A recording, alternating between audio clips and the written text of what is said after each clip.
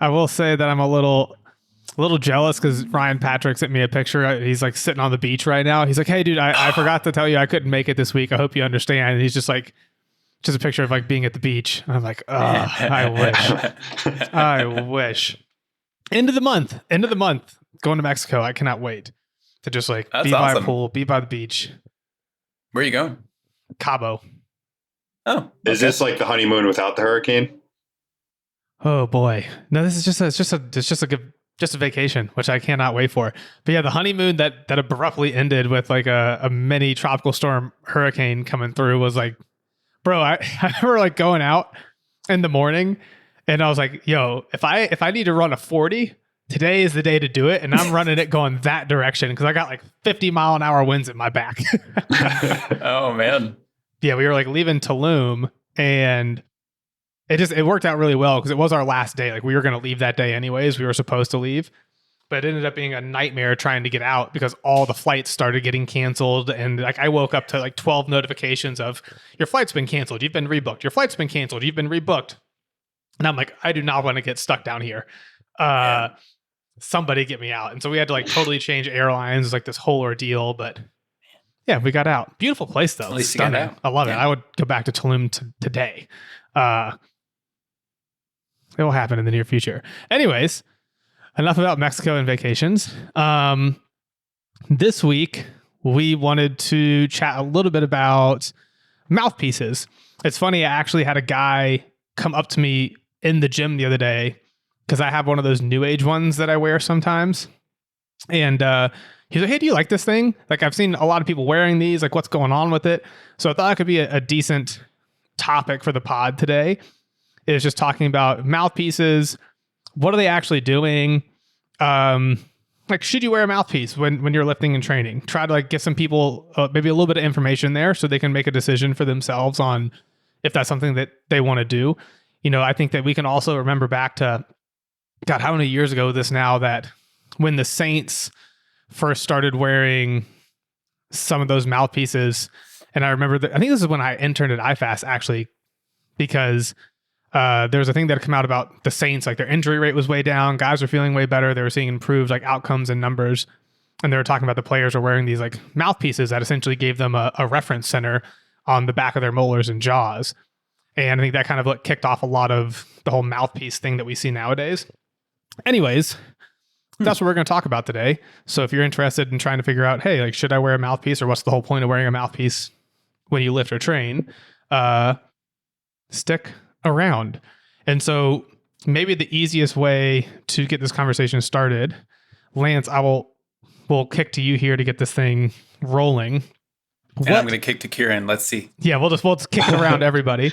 Let's just start bird's eye view. If we think bird's eye view, what is the mouthpiece looking to do for us? Big picture. That's funny you asked that because that was literally, Keiran, do you mind answering that first? I know I'm putting you on the spot, but what is your perception of it at least?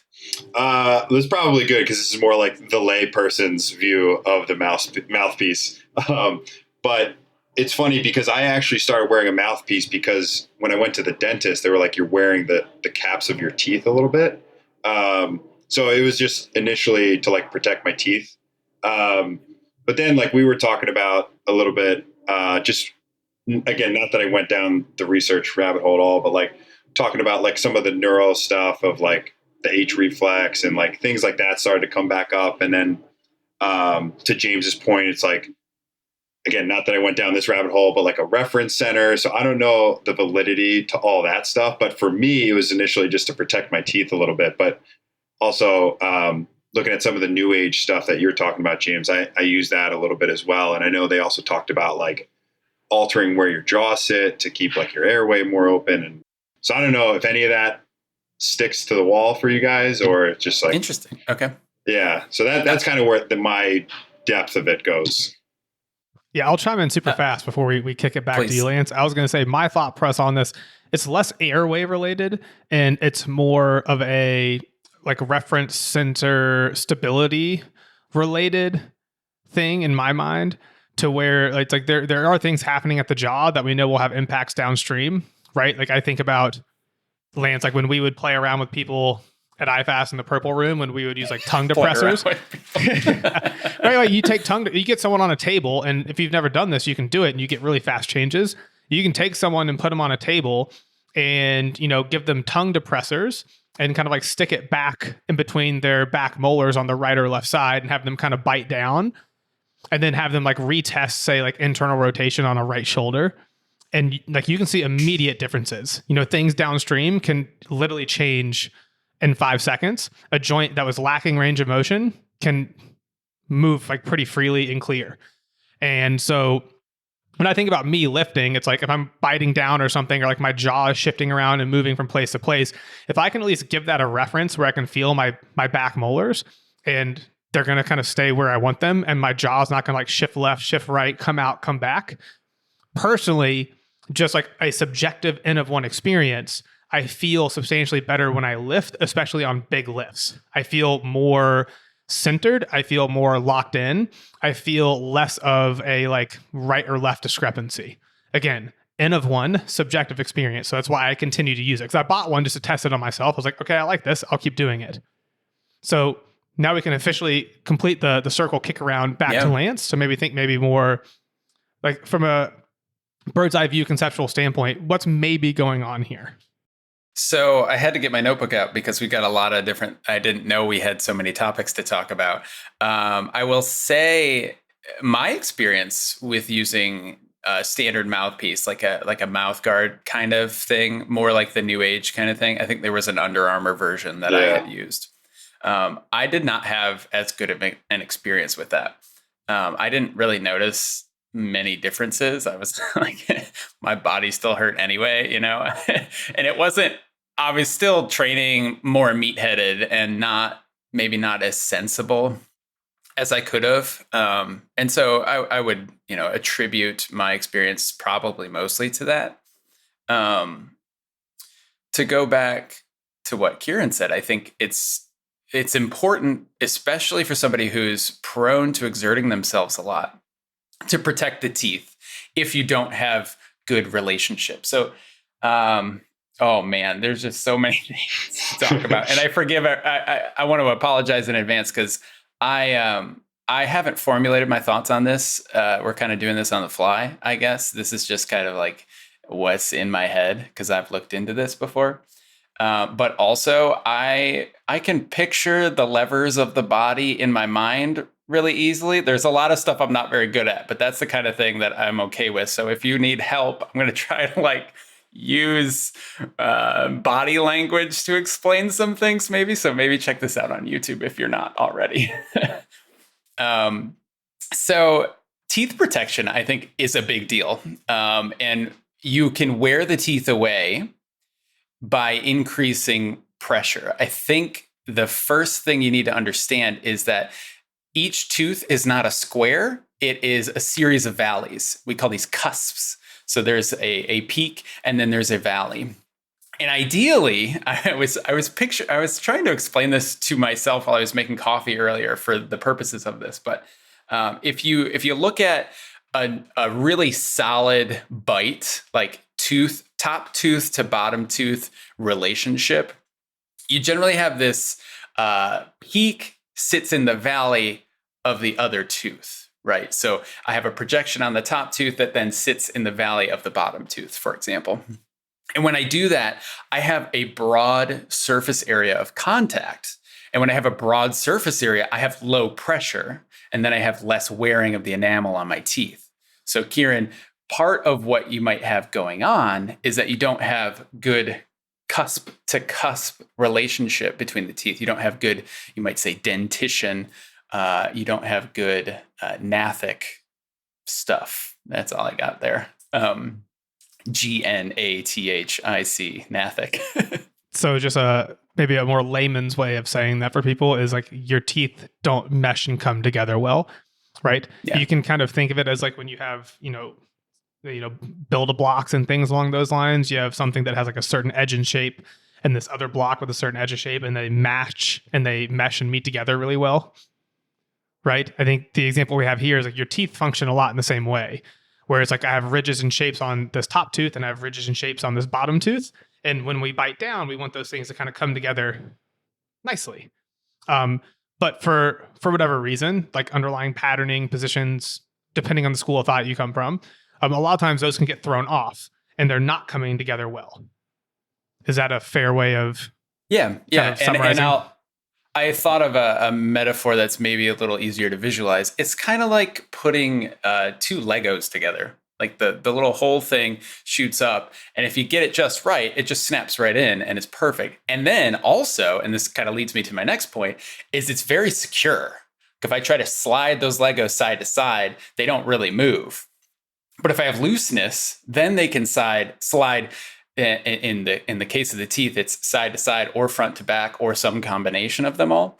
And when I do that, I shift. You got to think, if I take an instantaneous measure, I'm going to get different pressures on different points, but my pressures are always going to be higher on the not the valleys, on the peaks, the cusps, the pointy part.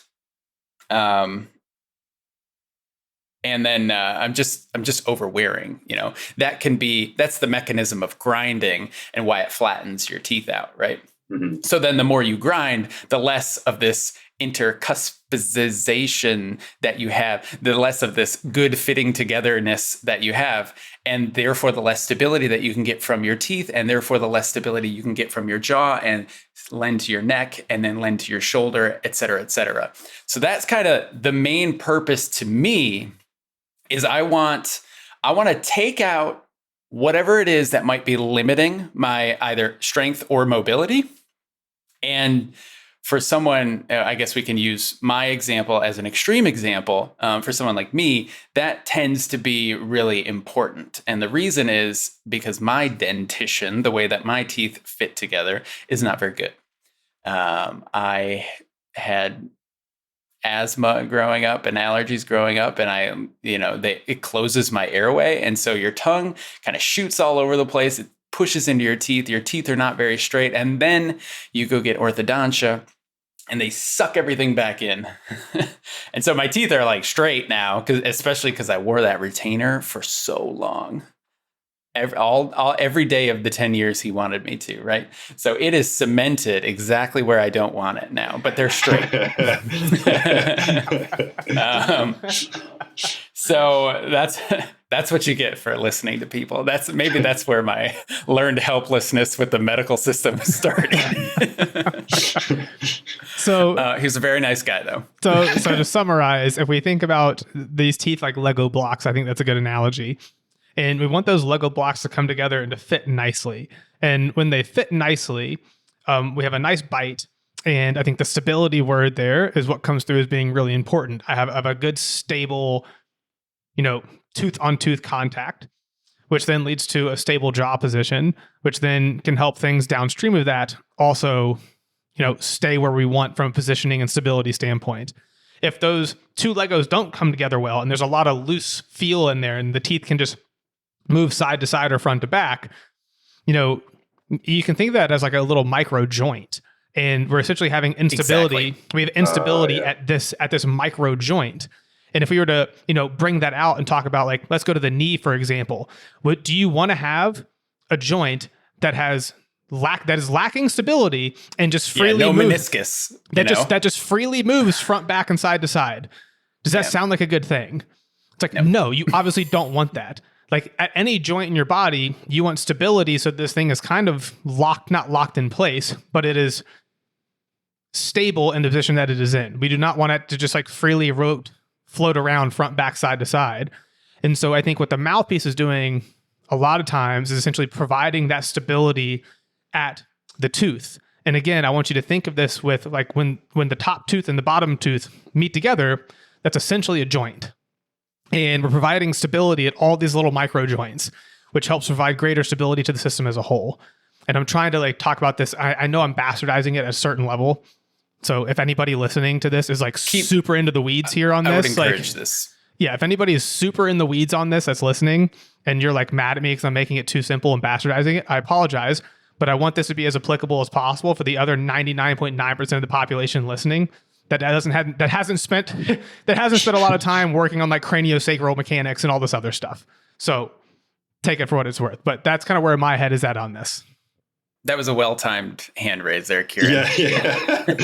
Yeah. So it's a nice one. I like how you said it's almost like a mini joint. So it's just the mouthpiece essentially is just a constraint just to reduce the degrees of freedom or give you, to your point, more reference points where everything downstream can have a greater output or whatever you want out of it.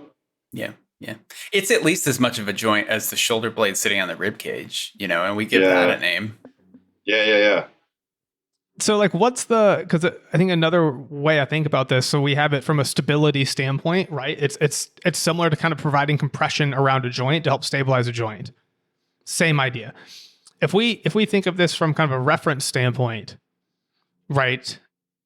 Like not being able to sense and feel your back molars is not the best thing in the world.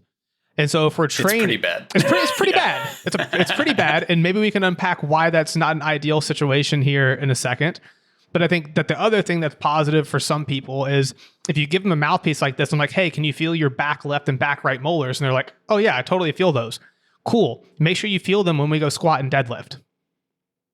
So maybe we can unpack a little bit here why not being able to find and feel those back molars is not a good thing. And we can try to do it in a as simple version as possible. And like, again, I want to harp on the fact that this topic as a whole, like there are, like we could spend, you can like go find someone who's really good at this. And this is like a month long conversation because it can get pretty complex, but we're going to go just kindergarten level for people so we can understand why this matters. This to me is a very n=1 kind of situation. So pretty much everybody who has the blanket recommendation from us, and I think from a lot of people, would be if you need help with how your teeth come together, try wearing a mouthpiece while you work out. That is the simple thing. You won't know, like, unless you're a dentist, right? If your teeth are coming together very well. Biggest things to look out for is when you bite down, as relaxed as possible, like jaw relaxed, neck relaxed. Those are our big ones, okay? And temples relaxed. If you bite down and you touch particular teeth before you touch other teeth, then, you don't have a good representation of teeth to teeth contact. You don't have that stability in the teeth, and therefore you won't have it in the jaw, and therefore you won't have it in the upper neck, and then therefore you won't have it in the lower neck, and therefore you won't have it in the shoulder, right? So everything's connected, comes back to this all the time, right? The one thing I did want to add, James, about the mouthpiece is just your new age one. Does that have a hard surface and a soft surface? The new age one, it's all the same material. It's like I'm not sure exactly what it's made of. Really? But it's like a really firm. Is it? Okay. It's a really firm. It's not soft. It's not spongy. It would have to be. Yeah. Yeah. Like when you have to like heat it up and mold it the first time, but then it's a nice firm, harder surface. So like it has ridges on the side too, which I like. So like your teeth kind of sinks like wrap around your teeth. So it wraps around it on the top and bottom. So it kind of locks it in from moving east or west or front to back. Yeah. And then you also just get the sensation from it being like within this little kind of like tooth blanket. Yeah. Okay. To the point, it took me longer to chew through that one than it did to chew through the Under Armour version. You know what I mean? Yes. Yeah. Do you attribute it to the type of material or to the thickness of the material? Both. Or both? Yeah. Yeah. Okay. Every question that I ask like that, everyone always answers either yes or both. James, what were we talking about? Reference centers? Is that what you wanted to go to next? Yeah, I wanted to try and touch on why being able to feel and sense your back molars actually matters. Okay, so I wanted to start this conversation at the teeth because that's the first joint, right? That's in this chain of joints. That's the most distal.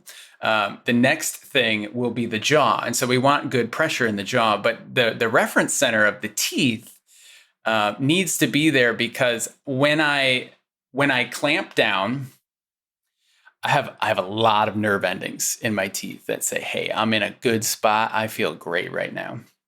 And if if the brain isn't being told, hey, I'm in a good spot, I'm doing great right now, then it clenches more. So if you bite down and you only feel your front teeth, your brain's reaction, especially under high exertion, is to clench more. And that's where you get some more clenching, some more grinding, some more soreness in like your cheeks and your temples, because those biting muscles never shut off. And it's just like any other muscle. Like your hip flexors never shut off because you don't have glute activity. It's the same kind of, or whatever, hip tuck or whatever the reason might be. It's the same kind of thing. So having the ability to clamp down with your posterior teeth coming in, your molars coming into contact with each other, provides a signal that says, hey, we can chew with only the chewing muscles, and we don't have to try to shift the jaw to get that contact instead. And that to me is one of the biggest things that, you need to ask your dentist about. You want to be able to bite down in a comfortable neutral jaw position, neutral neck position, and still get full contact, because then when you're, exerting yourself, you can keep that neutral jaw and neutral neck position and still clench really hard for something that's high exertion. No, that's perfect. I like that. That makes sense to me. Keiran, any follow-up questions on that from you? Yeah. So actually, this is funny, and this comes from a post you did years ago, probably even before Silverback, that I want to get your guys' thoughts on. Was you talked about chewing gum, and specifically on the left side, and it made I didn't know why you had said that, but you're like, oh, if you want better, whatever it was, chew gum on the left side and the back. And to a point where like I still chew gum specifically on my left side, just like subconsciously now.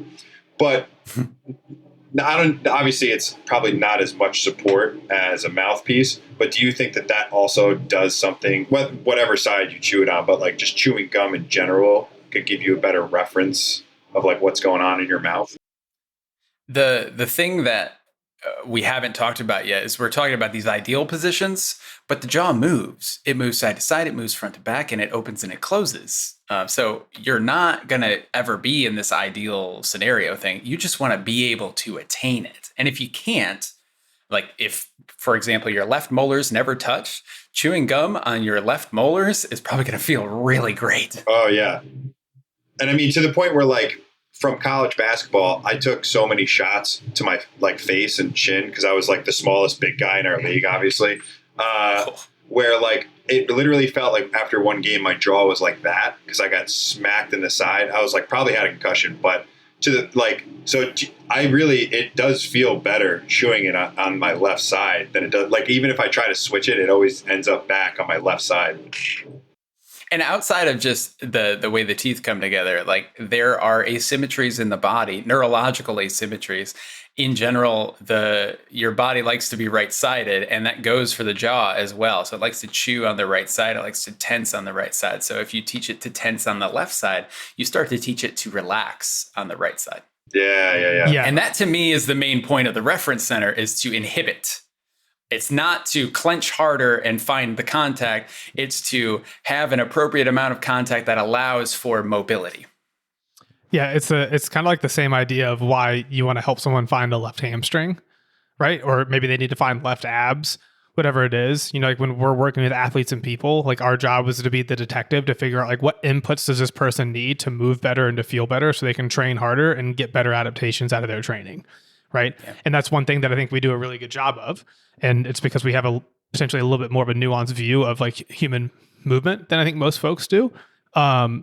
But yeah, I think that it just feeds into that underlying pattern of the fact that like people tend to be vastly more aware of what's going on the right side of their world. And so you can see this. It's not hard. You get people on a table, you start measuring joint range of motions and seeing like where they have motion, where they're restricted, or whatever language you want to use. And it's like, it's funny, like you give them some input on the left side and so many people immediately start getting cleaned up. It's like, okay, well, I didn't have right shoulder internal rotation before. And just bringing you aware of your left visual field, helping you find and feel left abs, helping you get a left hamstring, helping you feel your back left molars. And all of a sudden it's just like plop. It's just like jello on its head. They just fall into that range of motion so easy. And that's where I think that the conversation about movement, range of motion, mobility, flexibility gets so hard and complex because, right, like you have people on the internet telling the story of like, oh, if it's tight, stretch it. And people still talk about that, right? Like you have businesses that are built around that concept. Mobility WOD, I don't remember the other one. Like I saw a stretch clinic in the Mountain View area or San Jose area or whatever. It's like, okay. Like we still have this very big approach of like, oh, you just need to stretch more. You just need to mobilize more. And at the end of the day, you have to appreciate that everything comes from the brain when we're talking human movement, right? Like if you want to see a human that has totally unrestricted range of motion, go play around with a cadaver. A cadaver is in no way limited. Like they just go for days in joint range of motion because there's no input coming from the brain anymore, right? And so like the brain is dictating what's happening. So we have to think about not only like what's happening at the level of the tissue, but what signals are being sent to the brain, what signals are coming out from the brain. It makes the whole movement conversation more difficult because people just want to hear like, oh, this is tight, just go stretch it and it's going to get better. But we know that doesn't work. And so again, I think this is just another level to the conversation of the type of nuance that we need to keep in mind as coaches when we are working with our athletes and when we're working with our clients, and we want them to be able to move really well and feel really good and train really hard and not feel restricted. But that's kind of, where my head is at on this. Just because I know we're running out of time here, just the principles are you want to have good joint positions. Like in general, you want them in roughly the center of the joint, wherever that joint may be.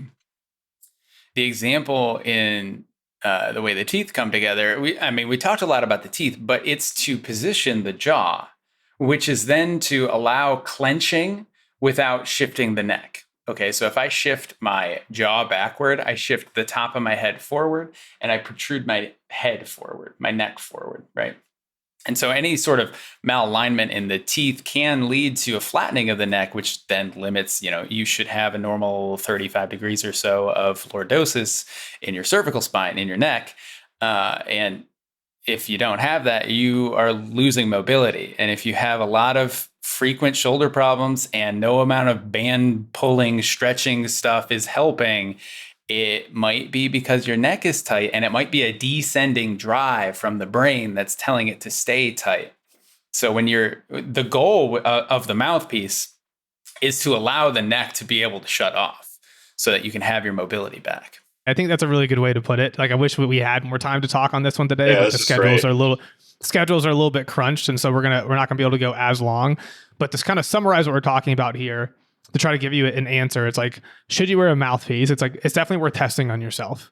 Like, I don't think it's going to make you worse, right? And we've talked about the two big reasons that you would wear it. One is stability. You want to think about that tooth-to-tooth contact as a joint, and we want to help provide stability for that joint so we can provide stability to the jaw and stability to the neck. And so the brain doesn't feel threatened, and we can kind of manage that muscular tone better and keep you moving better.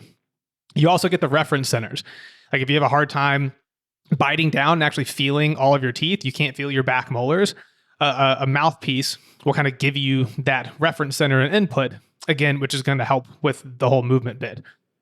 This is obviously a far more complex subject, and I hope that we didn't lose a ton of people along the way, but I do think that is important to keep these things in mind, right? Because it's no different than any other joint in your body. If your shoulder is unstable, again, like air quotes, unstable, like the way the brain is going to react to try to protect that joint is going to be to try to fire all the musculature around that joint so that it can be safer. And so you can't stretch your way or mobilize your way out of that situation. You will probably end up leading to more harm. You'll cause more harm than good by doing it. You'll lead to more problems by trying to stretch through that type of limitation. We have to understand, why is this joint not feel safe? Why is this joint not stable right now? And how can we make it so that it feels stable so the brain doesn't feel like it has to fire all the joints around fire all the muscles around the joint to stabilize it and make it safe? That's kind of, maybe if we want to wrap it up with that, that's what I would say. That's a great way to put it. Yeah. Absolutely. Yeah. Part 2 next week, jaws size. exercises. We're going to talk about that thing. God, I remember seeing this at one point. I think it was all like Asians were always in the ads, and they would like, it was like there's like this neck jaw, like bite strength. They like bit this thing, were like shaking it around on Instagram. I don't remember what it was, but it was pretty hilarious. I think that is the Jawzercise thing. The guy that promotes it's got like silicone in his jaw. Oh my god! It's unbelievable. I thought you were making that up. No. That's a real thing. That might be the wrong name, but it's definitely a thing. I think it like, doesn't it like shake? It like shakes on the sides. It's like a shake. A shake weight. That's hilarious. Yeah, it's like one of those body blade things, but it's like for your jaw. I don't recommend using that, by the way. you just turn into a dog that you're playing tug of war with, just like shaking it back and forth. I know. Oh my goodness. Oh my god, guys. Well, dudes, thanks for doing this. This was really good. People listening, I hope that this was useful. I hope that this wasn't too far in the weeds and too far over people's heads to where you felt this was a waste of time. Obviously, we could run a part 2 on this and try to elaborate more. What I would encourage you to do. We didn't even talk about strength. We didn't even talk about strength. We talked about like, yeah. I mean, we were at the tip of the iceberg at this point. But what could be useful for us is like if you're listening to this and you like this and you want us to continue this conversation, it would be great if you like pinged us an email or like DM'd us on Instagram and just like let us know that and like hit us with follow-up questions so we can come back with a little bit of a Q&A to try to elaborate on this stuff more for you. But yeah, we do have to run today, cut it a little bit short. So thank you as always for tuning in. I hope that this was beneficial for everybody. Thanks, guys. Yeah, same.